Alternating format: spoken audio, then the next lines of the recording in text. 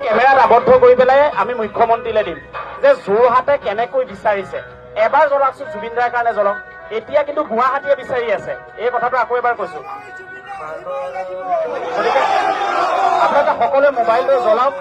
আৰু মই অনুৰোধ জনাইছো ইয়াত যিমান নিউজ চেনেল আছে আৰু সবে ছচিয়েল মিডিয়াত এই ভিডিঅ'টো আপলোড কৰি কওক যে এয়া যোৰহাট আৰু জুবিন দাক আমি বিচাৰিছো এতিয়াও ফাইনেল হোৱা নাই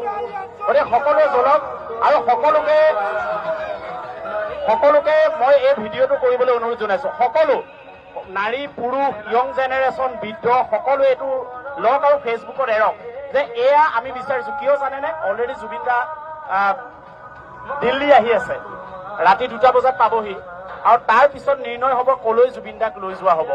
ক'ত জুবিন দাৰ সেই বিচনা ক'ত ঘৰ ক'ত ঠিকনা হ'ব এতিয়াও আমি যুদ্ধ কৰি আছো আজি ৰাতিপুৱাৰ পৰা পাগলৰ দৰে আমি বাতৰি কৰি আছো জুবিন দাক ইয়ালৈ আনিব লাগে আপোনালোকে বিচাৰি আছে এতিয়াও দুৰ্বল হৈ আছো আমি আপোনালোকে প্ৰত্যেকে ষ্টেটাছ দিয়ক প্ৰত্যেকে লাইটটো জ্বলাওক এবাৰ আৰু আমি দেখুৱাও যে ইয়াত 10,000 মানুহে লাইট জ্বলাই আছে ইয়াত একেলগে 10,000 আৰু সকলোকে কৈছো যে আপোনালোকে সকলোৱে এই ভিডিঅ'টো বনাওক সকলোৱে পেৰেলেলি ভিডিঅ'টো বনাওক জ্বলাই পেলাই বনাওক আৰু অল মিডিয়া বন্ধুক কৈছো এই ভিডিঅ'টো